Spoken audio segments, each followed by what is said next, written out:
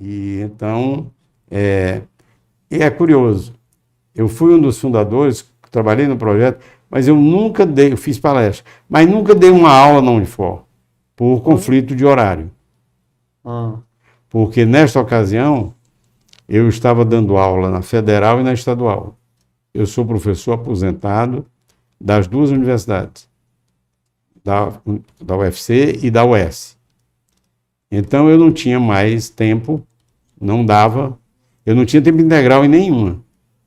Meu tempo era 20 horas, mas eu não tinha mais tempo para dar aula. E o Deusmar deu aula no lugar que seria meu. O Deusmar foi professor da Unifor, ele deve ter dito isso a você. Disse, eu acho que ele chegou a ser coordenador também, chefe de departamento, coordenador, foi uma coisa assim, né? Mas foram momentos de muita vibração, de muito entusiasmo e dentro de um voluntariado extraordinário, porque nós não participamos do projeto de criação da Unifor por dinheiro. Nós não tínhamos contrato com o Edson remunerado. Nem ele está nos devendo nada, porque nós quisemos colaborar com um projeto de inovação. Eu acho a Unifor um dos maiores projetos do Ceará, porque aqui na nossa aldeia, na nossa praia, não se tinha conhecimento de um empresário com arrojo de criar uma universidade. Como eu acho hoje, Carlos, um dos maiores projetos do Ceará, que se sobrepõe a muitos projetos comerciais, industriais, agrícolas, é o ITA vir para cá. Sim. Entendeu? Eu acho isso revolucionário, transformador, e que não tem impacto direto no PIB, no número, não tem impacto direto e imediato, mas isso vai repercutir no PIB. No médio e longo prazo. No médio e longo prazo. Entendeu? Isso vai ser uma verdadeira revolução na área da ciência e tecnologia. Então, bom... Eu sou um egresso da Unifor. Não é? Pois então, olha aí, ali realmente, você pensar aquilo ali, É. aquele tamanho, na exatamente. década de 70, no começo da década de 70. Né? Então eu acompanhei todas essas coisas e eu estou contando agora, eu estava contando que estava na Crédimos, dirigindo a Crédito Imobiliário. E o Elano Valder e o Bernardo Bichucha e todos esses que foram donos da Crédimos, venderam a Crédimos e venderam a distribuidora Crédimos e se esqueceram de vender o título de uma corretora de valores. E eu comprei. Então, eu me tornei corretor de valores. Ser corretor de valores significa ter um título da Bolsa de Valores. Eu, por procuração, representava o grupo, mas eu não tinha titularidade. E eles tinham a obrigação de vender? Não, mas como ela não estava constituída, era só o título, eles se esqueceram, eles venderam as outras coisas e isso aí não foi. Quando eles me chamaram para contar que venderam, eu digo, epa, espera aí, e a corretora? Sim, agora vai dar uma confusão, porque reabriu o negócio. Eu digo, não reabra, continua, eu compro. Quanto custa? Eu comprei. Fiquei com o título. Pouco tempo depois, o Bichucha foi presidente da Bolsa. O pai dos meninos. Inclusive, só uma observação para quem está assistindo a gente, ouvindo a gente. O Bichucha, o Bernardo Bichucha, é pai do Adolfo Bichucha, que esteve aqui, episódio 57, e o Dr. Deusmar, episódio 94. Quem quiser, muita história aí que se encontra aí. Se entrelaça. Tá falando então, aí. E também tem a história da Unifor com o Patriolino, que teve aqui, o Patrol, sim, teve o aqui Patrol, o episódio 6, sei, certo? Falando aqui dos imóveis. dos imóveis do avô dele, então... Que eu me dava muito com o Patriolino velho e percorri tudo aquilo ali na época da negociação. Aquela história lá. Mas o... Aí o senhor estava falando dele. Eu então comprei o título da Bolsa. O Bernardo Bichucha renunciou, teve que ir para São Paulo e levou a família toda. E eu então fui eleito presidente da Bolsa. Tinha o título, fui eleito presidente da Bolsa. Bolsa de Valores Regional, né? Que era, não, era a Bolsa de Valores do Ceará. Do Ceará. A história da Bolsa é a seguinte: em princípio tinha Bolsa em todos os estados. Sim. Que se chamava Câmara de Valores. Quando houve uma mudança no sistema financeiro, em 1955, já no período da Revolução, 1965, no período da Revolução, que foi criado o SFN, Sistema Financeiro Nacional,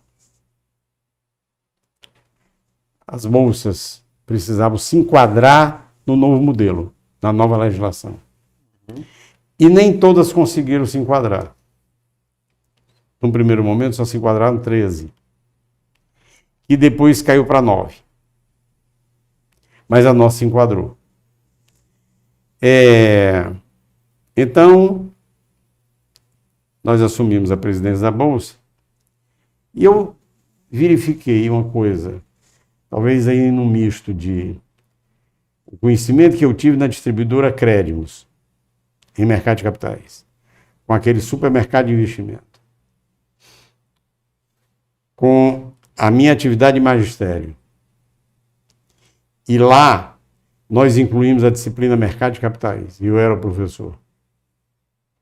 Então, por conta disso, eu levei para a Bolsa muita coisa relacionada com a educação. Porque a Bolsa, no estágio em que eu peguei, ninguém comprava nem vendia uma ação.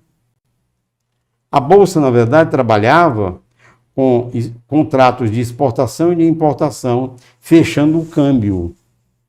Mas não era esse papel. Era só fechar o contrato para exportação e importação. Que tinha uma lei obrigando isso aí.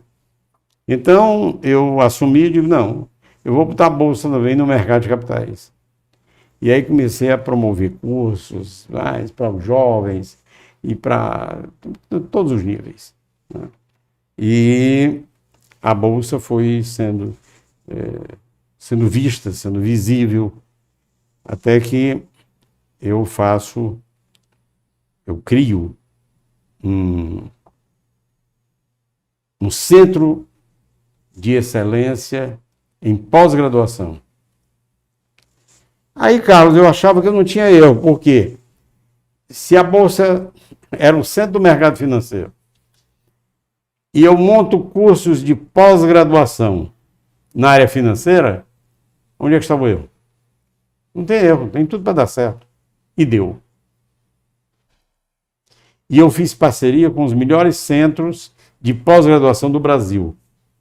Eu trouxe para cá a COPEAD, o IBMEC, Fundação Dom Cabral. Eu trouxe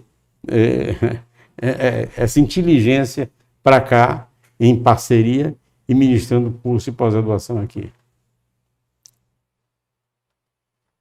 Foi uma história de sucesso. E aí veio a expansão da área de jurisdição da Bolsa.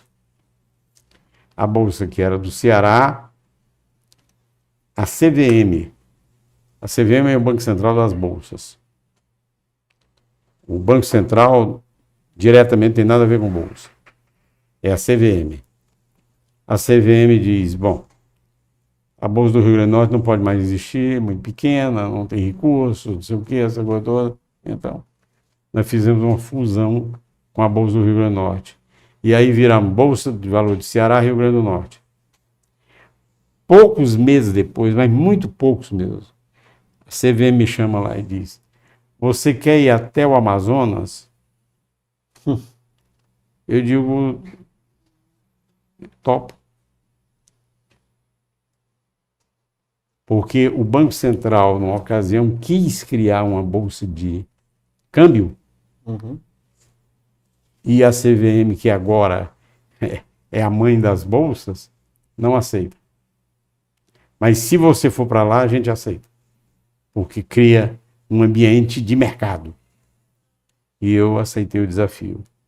Por que eu aceitei o desafio? A maior bolsa do Brasil era do Rio de Janeiro. Não era de São Paulo. São Paulo estava perto, mas era a segunda. Por que eu aceitei o desafio?